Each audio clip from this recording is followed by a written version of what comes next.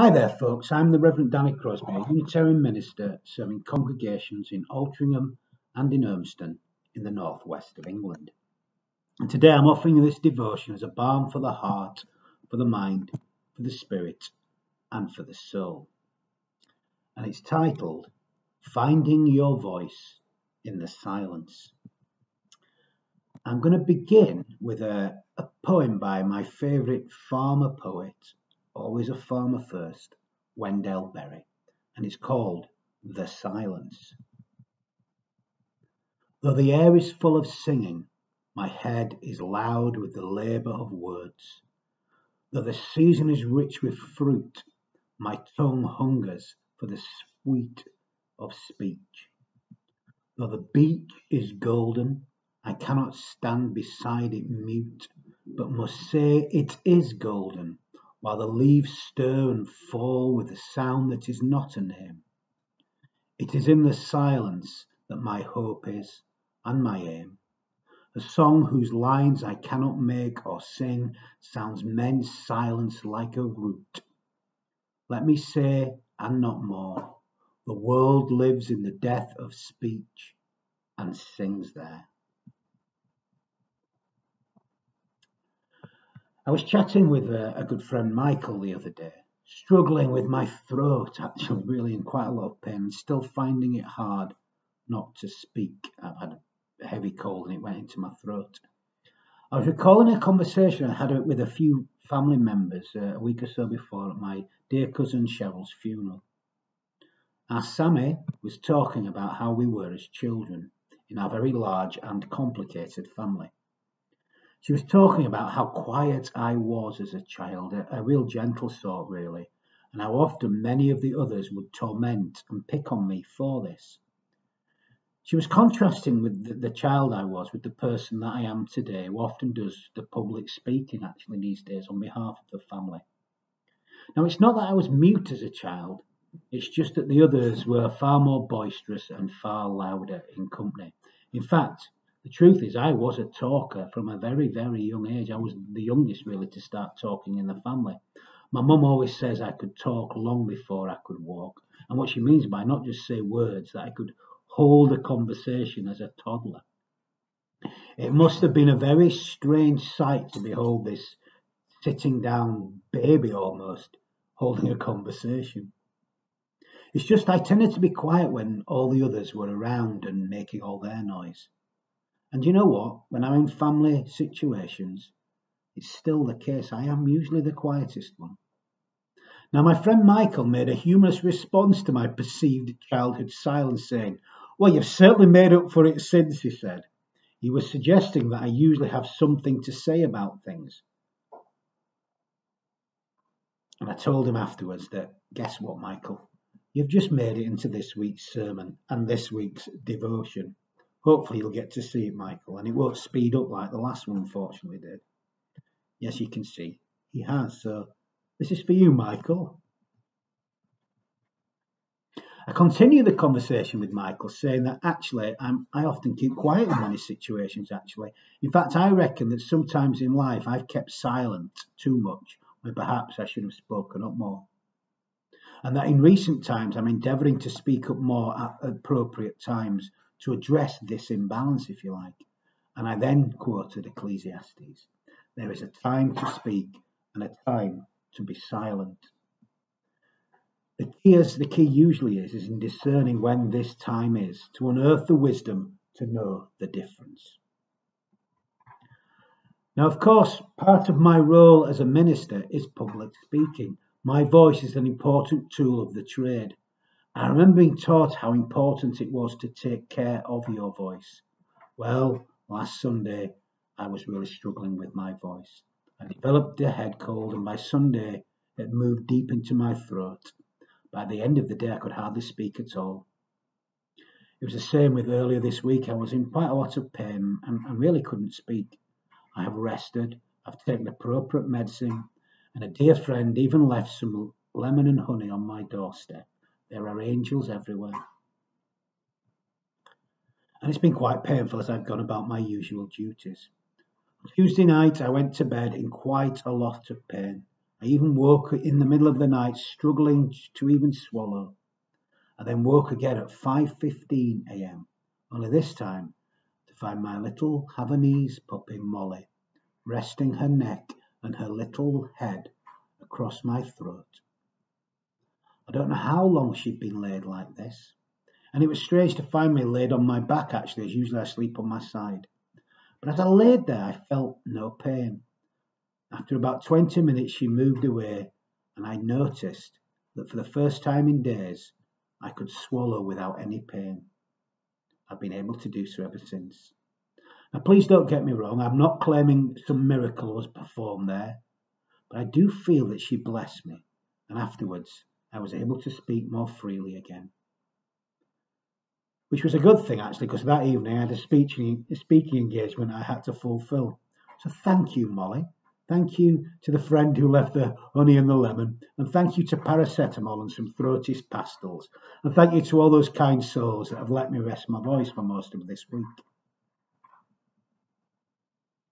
Now, all of this got me thinking about speaking, how important it is, and after all, it is our primary way of communicating with one another.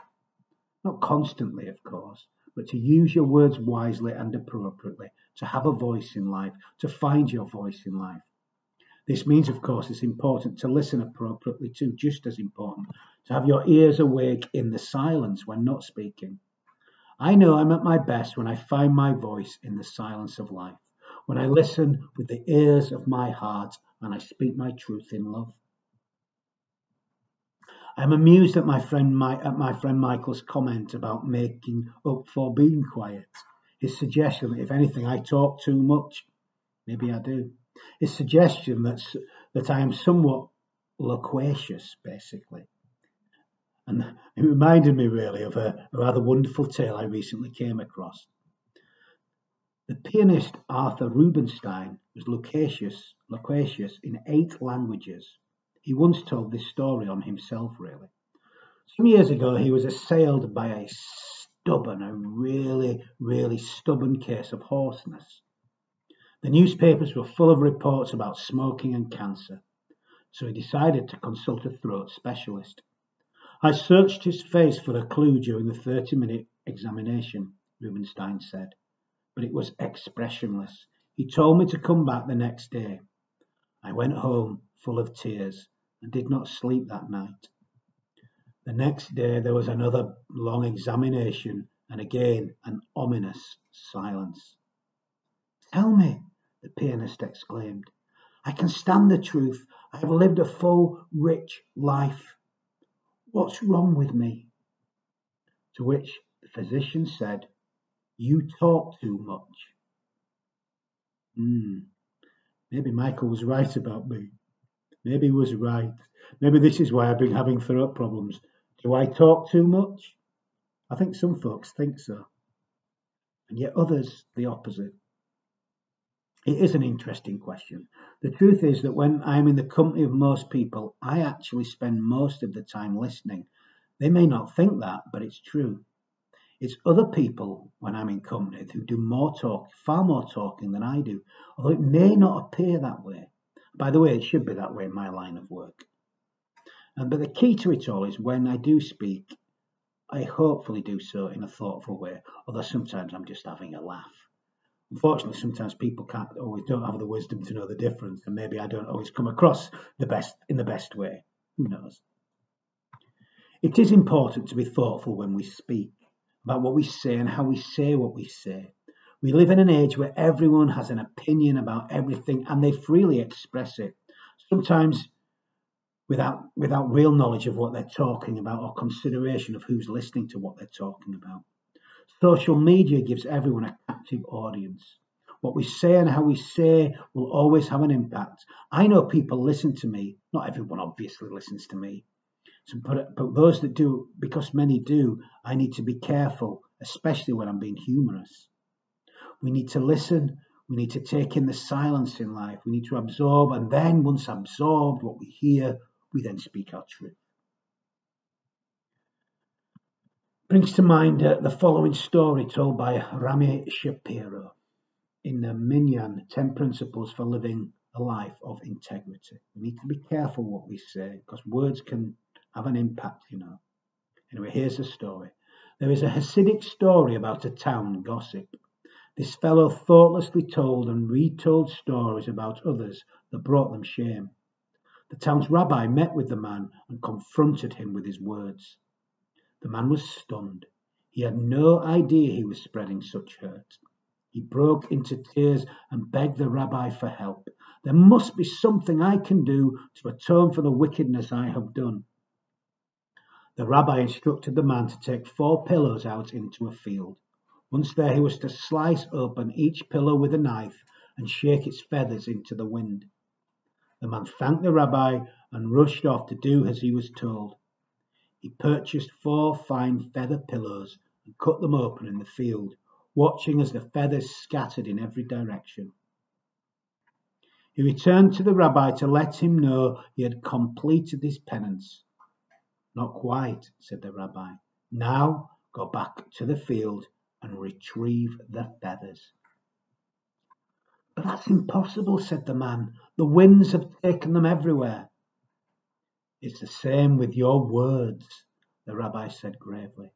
Just as you cannot retrieve the feathers once spilled, so you cannot withdraw words once spoken.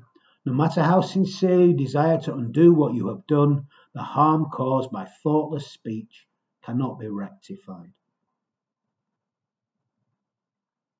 So the lesson is to monitor your words so that they do not set in motion harmful things, and when they do, ask for forgiveness.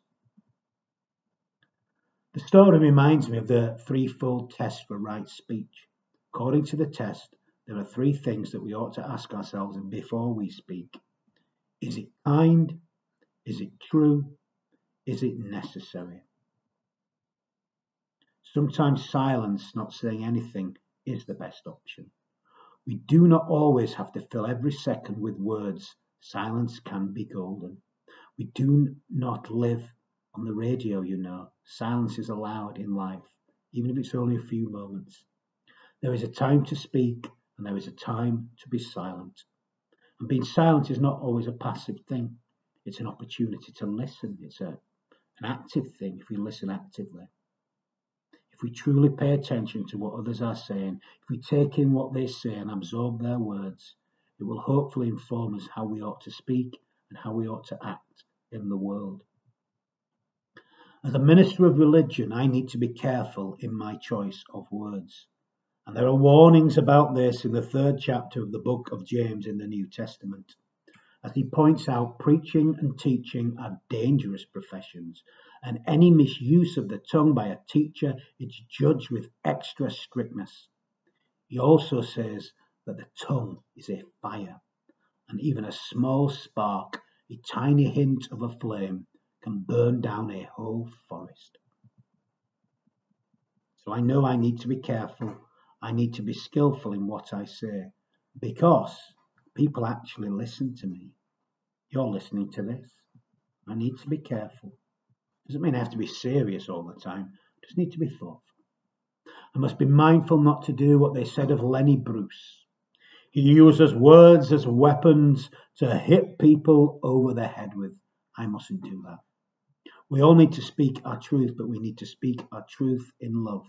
And we need to do so mindfully, thoughtfully, consciously.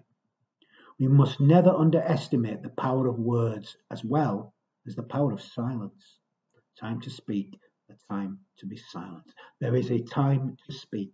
There is a time to be silent. The key is knowing when that is and to use our time wisely and to use it with love.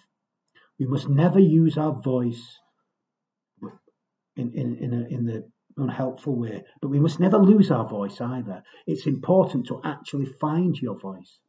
And sometimes the best place to find your voice is in the silence, when we truly listen to that still, small voice that is heard in deep silence, when we listen with the ears of our hearts. So, my friends, listen with the ears of your hearts to one another and, of course, to yourself.